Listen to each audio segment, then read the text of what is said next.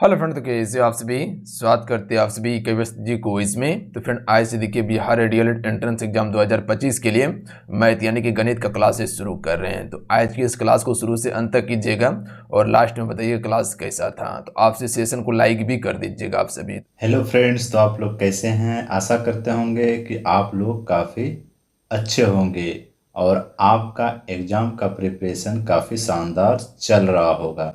तो आज मैं आपके लिए मैथ का प्रैक्टिस सेट लेके आए हुए हैं। तो चलिए आज का सेशन हम लोग स्टार्ट करते हैं। तो आज का सेशन का पहला क्वेश्चन आपके सामने है। तो पहला क्वेश्चन क्या है।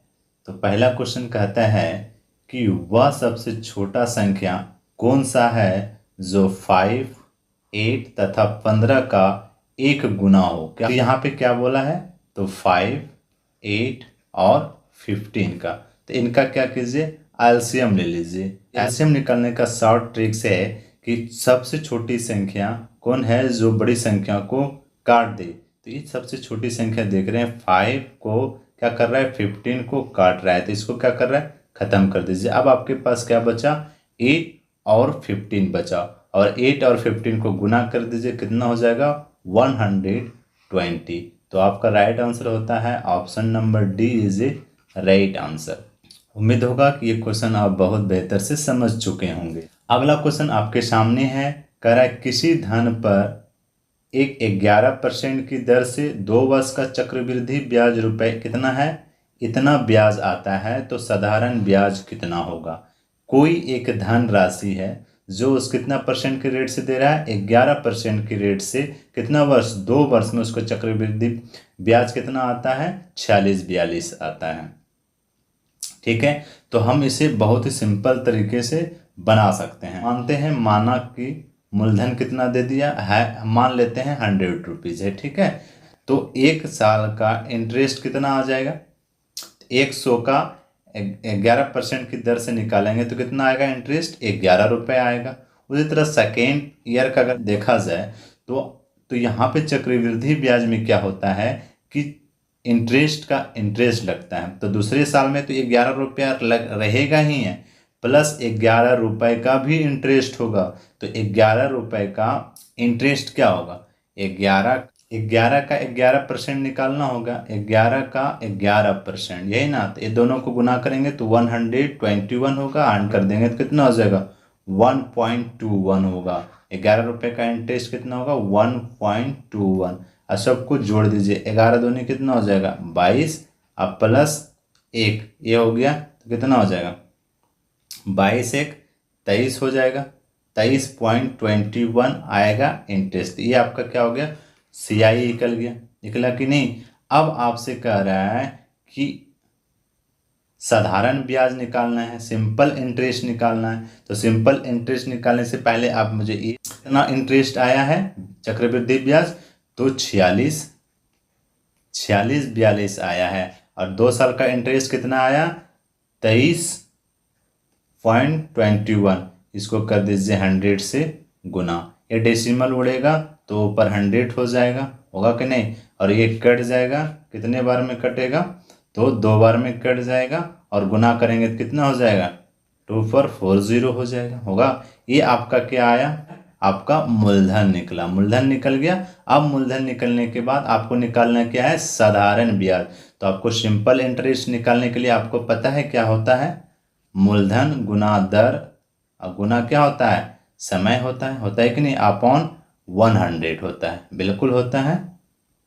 अब इसको क्या करेंगे, मूलधन कितना आया आपका, 20,000 आया, तो 20,000 गुना दर कितना है, तो दर आपका 11% की रेट से है, और समय कितना है, 2 वर्ष है। और 100 0 0 खत्म हो जाएगा। और सबको गुना करने के बाद कितना आ गया, 11 दूनी 2200 और 2 कितना हो गया, 22 दूनी 4400। तो आपका कितना हो जाएगा, 4400 हो जाएगा। तो आपका राइट आंसर होता है option number A is a right answer. उम्मीद होगा कि ये क्वेश्चन आप समझ चुके होंगे। अगला क्वेश्चन आपके सामने है। कह रहा है एक बैग का रुपए कितना है, तो 346 है, जिसमें रुपया क्या है, 1 रुपया का सिक्का है, 50 पैसे का और 25 पैसे का सिक्के का अनुपात कितना है, 5:8:12 है। तो 50 पैसे की संख्या ज्ञात करना है। समझ में आई बात। तो क्वेश्चन इस तरह कहा, एक बैग है जिसमें कि 346 रुपये हैं, उसमें सिक्का जो है 1 रुपया वाला है, 50 पैसे वाला और 25 पैसे वाला सिक्का है। तो इसका अनुपात भी दिया गया है 5, 8 और 12 का रेशियो। तो इससे आपसे पूछा गया है कि 50 पैसे का सिक्का क्या होगा, ये चीज़ें पूछा गया है। क्वेश्चन अगर समझ में आ जाता है तो क्वेश्चन सोल्व करने में कहीं दिक्कत नहीं होता है। तो आप यहाँ पे ये चीज़ देख लेंगे, 1 रुपये वाला सिक्का है, 1 रुपये वाला एक सिक्का है, 50 पैसे वाला है और आप एक 25 पैसे वाला है। तो इसका रेशियो क्या दिया गया है, ये चीज़ को आप समझिएगा। तो 1 रुपया वाला का रेशियो कितना है, 5 रेशियो है। उसके बाद 50 पैसे वाला 8 रेशियो और 25 पैसे का कितना है, तो 12 दिया गया है। ये चीज़ समझ में आई बात। अब देखिए 1 रुपये का सिक्का कै गो है, तो 5 गो है। तो कितना रुपये हो जाएगा, 5 रुपया में इसको कर लेंगे 5 रुपये। 50 पैसे का 8 गो है तो कितना हो जाएगा, 4 रुपये हो जाएगा। और 25 पैसा का 12 सिक्का है तो 1 रुपये का 1 रुपये में कितना होगा, 25 पैसे का 4 सिक्का होगा। तो 12 सिक्के हैं तो कितना हो जाएगा, ये आपका 3 रुपये हो जाएगा। होगा कि नहीं, बिल्कुल होगा। अब ये तीनों को आप क्या कीजिए, जोड़ लीजिए। जोड़ने के बाद कितना होगा, 5 4 9 और 9 3 12 हो जाएगा। 12 होगा कि नहीं, बिल्कुल होगा। और कुल धन कितना दिया है, टोटल अमाउंट कितना दिया था, टोटल दिया 346 दिया गया है। और 46 को क्या कीजिए, 12 से डिवाइड कर दीजिए। तो एक कट जाएगा कितने बार में, 33 बार में। होगा कि नहीं, बिल्कुल होगा। अब आपसे पूछा गया है कि कितना आ गया, 33 आ गया। अब आपसे क्वेश्चन क्या कहा, 50 पैसे की सिक्के कितने होगी। तो 50 पैसे का सिक्का कहाँ है, 8 है, ये वाला है, ये वाला। तो आप क्या कीजिए, 8 को गुना कर दीजिए किससे, 33 में। तो 8 गुना 33 से करेंगे तो कितना हो जाएगा, 8 या 24 के 4 कैरी 2 और 8 या 24 और 24 2 26, माने 264 हो जाएगा। होगा कि नहीं। तो आपका राइट आंसर होता है option number C is a right answer. अगला क्वेश्चन आपके सामने है, करा ए किसी कार्य को कितने दिन में करता है, 18 दिनों में। बी किसी कार्य को 24 दिनों में, और सी 36 दिनों में समाप्त कर सकते हैं। यदि ए, बी और सी एकांतर दिनों में, एकांतर दिन में क्या हुआ, एक दिन छोड़ के एक दिन अल्टरनेट काम करने जाता है, कार्य करते हैं। तो कार्य करते हैं तो कार्य कितने दिनों में समाप्त हो सकता जाएगा, ये चीज को देखना है। तो आपको क्या करना है, ए है, ए कितने दिन में काम करता है, 18 दिन में। और बी कितना दिन में, 24। और सी कितना दिन में, 36 डे। ठीक है, इस तरह का काम करता है। अब क्या कीजिए, आप तीनों का एलसीएम निकाल लीजिए। ठीक है, तीनों का एलसीएम निकालेंगे तो कितना हो जाएगा, 72 हो जाएगा। तीनों का एलसीएम कितना हो जाएगा, 72 हो जाएगा। तो ये 72 क्या है, आप टोटल आपका वर्क है, इसको भाग दीजिए, कितना करेगा, 4 काम करेगा। और बी कितना काम करेगा, ये आपका काम करेगा 3। और आपका सी कितना करेगा, ये आपका काम करेगा 2। ठीक है, ये आपका 4 काम करेगा। बी एक दिन में कितना काम करेगा, 3 काम करेगा। और सी कितना करेगा, 2 काम करेगा एक दिन में। तो टोटल आप ये चीज़ देखेंगे कि टोटल एक दिन में कितना काम हो जाता है। तो टोटल एक दिन में काम हो जाता है 4 3 7 7 2 9 काम होता है एक दिन में। अब ये क्या कीजिए, 9 को इसमें क्या कीजिए, भाग दीजिए। टोटल वर्क कितना हो गया, 72 वर्क है। जब तीनों मिल के एक दिन में काम कितना करता है, 9 काम करता है। इसको भाग दे देंगे तो कितना बार में हो जाएगा, 8।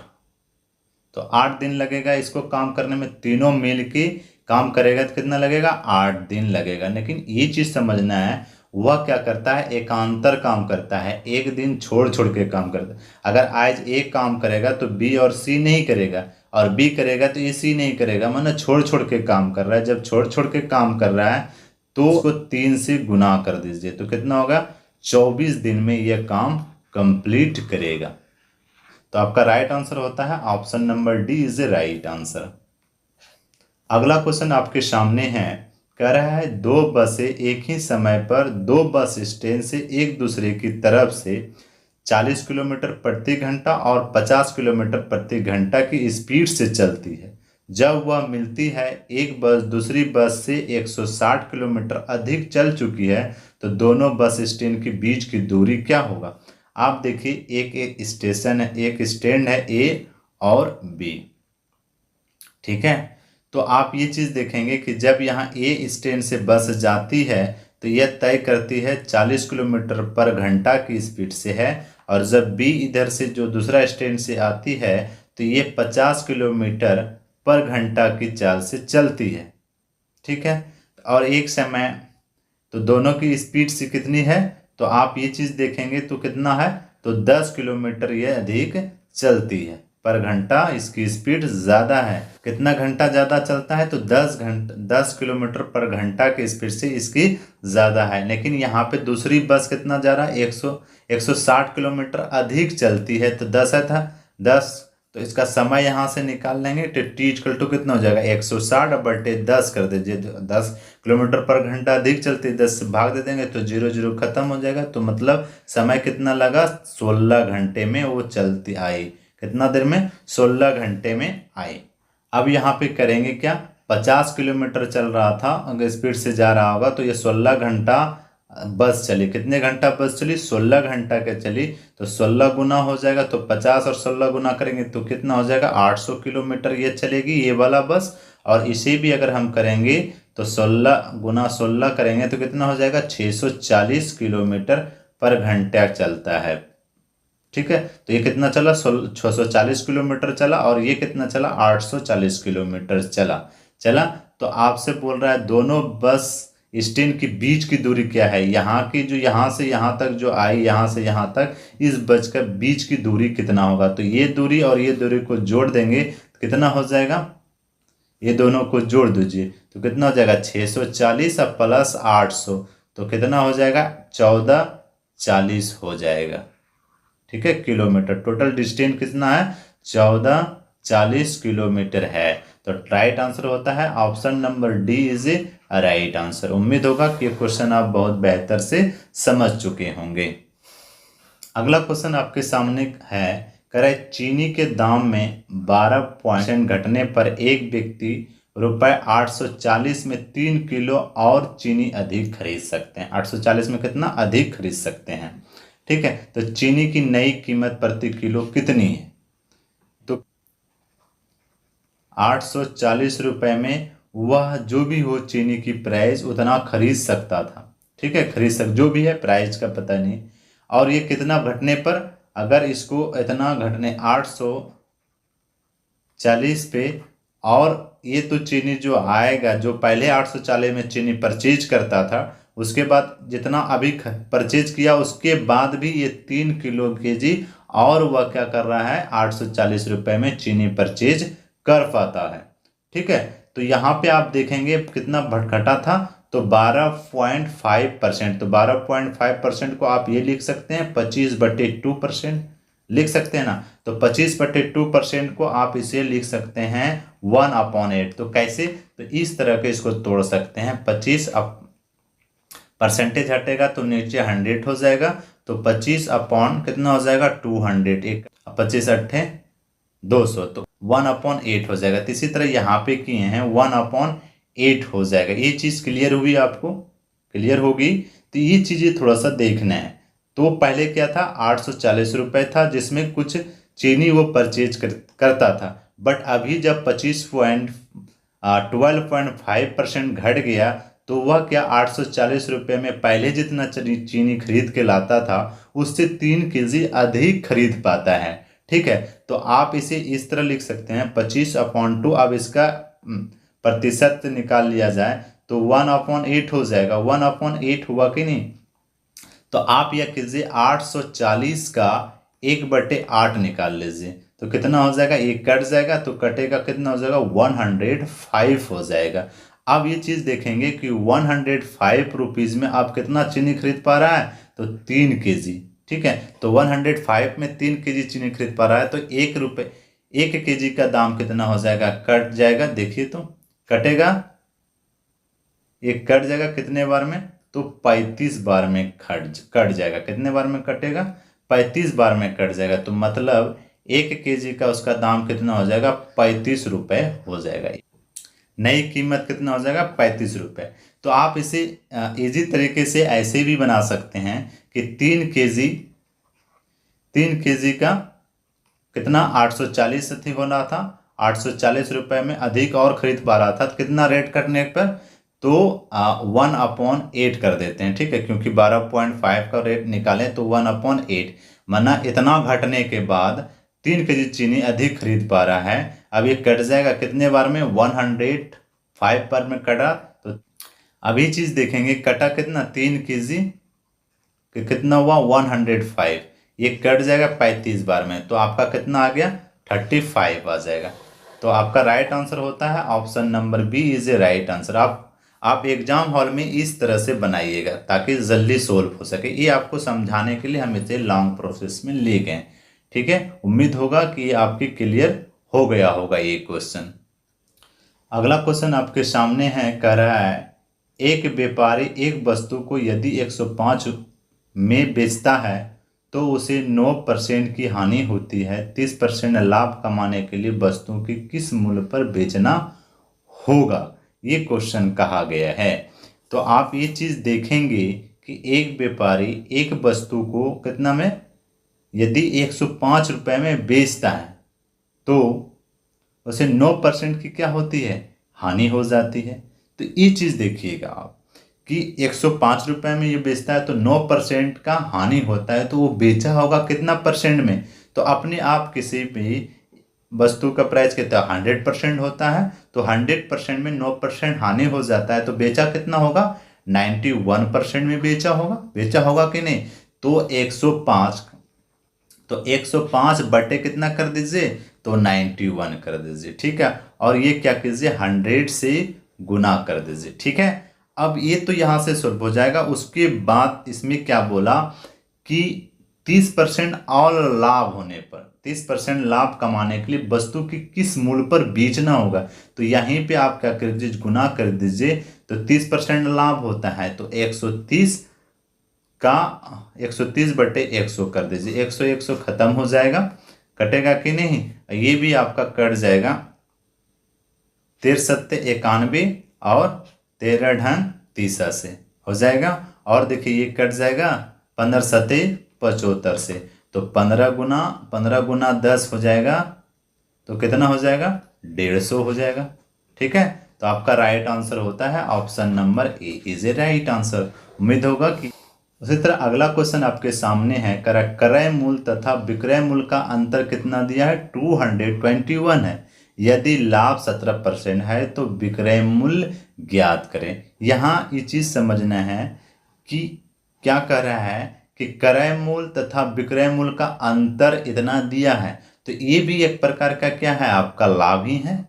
एक प्रकार की क्या है, ये लाभ है कि क्या 17% क्या हुआ है, 17% लाभ हुआ है। तो आप इसे इस तरह कर सकते हैं। तो विक्रय मूल्य निकालना है, कॉस्ट प्राइस निकालना है, तो कॉस्ट प्राइस निकाल क्या करेंगे, तो 221 का क्या कीजिए, ये 221 में 17 से भाग दीजिए, क्योंकि ये भी आपका लाभ ही है, ये भी लाभ है। क्रय मूल्य तथा विक्रय मूल्य में अंतर इतना, कोई भी क्रय मूल्य का क्या प्राइस है ये तो पता नहीं, विक्रय मूल्य में क्या था, दोनों को जब अंतर किया तो इतना रुपया लाभ हुआ है, ठीक है। तो यहाँ पे क्या कीजिए, 221 बटे 17 आप गुना कर दीजिए 100 से, ठीक है। अब ये कट जाएगा, कितना बार में कटेगा, तो 13 बार में कट जाएगा। तो यहाँ पे कितना हो जाएगा, 13 गुना 100 करेंगे तो 1300 हो जाएगा, होगा कि नहीं। और ये भी आपका लाभ हुआ है, कितना का लाभ हुआ है, 221, तो 1300 प्लस 221 का इसमें जोड़ दीजिए तो कितना हो जाएगा, 1521 हो जाएगा।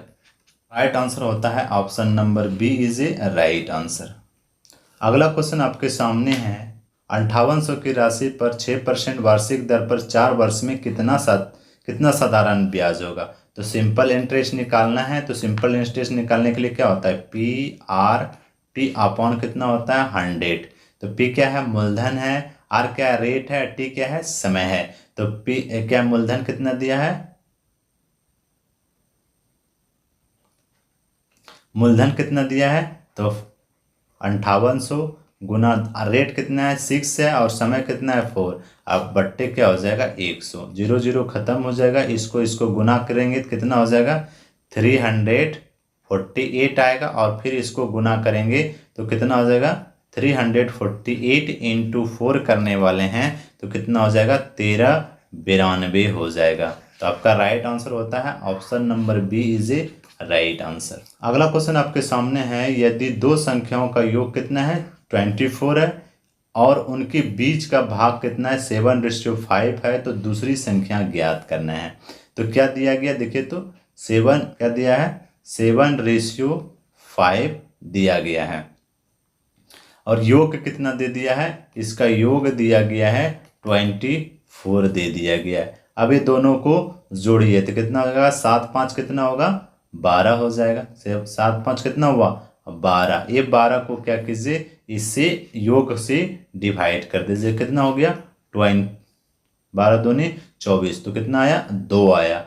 अब क्या कहा, तो दूसरी संख्या ज्ञात की, दूसरी संख्या क्या है 5 है, तो 5 का गुना कर दीजिए 2, कितना हो जाएगा 5 2 जा 10। तो आपका राइट आंसर होता है option number C is a right answer. उम्मीद होगा कि ये क्वेश्चन आप काफ़ी शानदार से समझ चुके होंगे।